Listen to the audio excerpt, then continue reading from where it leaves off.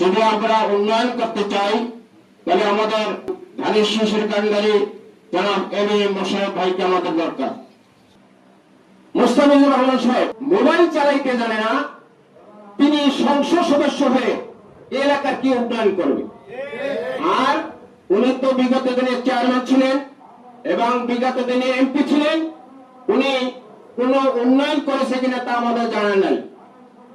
সুতরাং এবং উনি একজন ভালো মানুষ হিসেবে দাবি করে।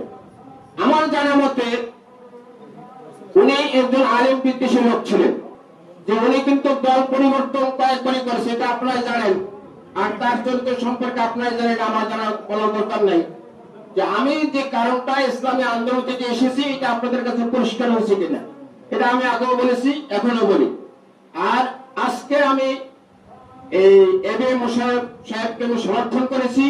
ধানের শীষের পক্ষে আমি কাজ করবো এজন্য, এলাকার উন্নয়নের জন্য, এবং অঙ্গীকারবদ্ধ যে এই এলাকাটাকে একটা সন্ত্রাস দুর্নীতি চাঁদাবাজ মুক্ত ঘোষণা করবে, এই দাবিটা আমি রাখতে চাই।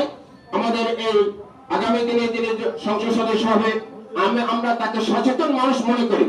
এজন্য আমি তাকে আমার ব্যক্তিগত এবং আমার অরাজনৈতিক সংগঠন আছে, সেখানে আমার প্রায় 500 সদস্য আছে, তাদেরকে নিয়ে আমি তার পক্ষে আগামী দিনে কাজ করব।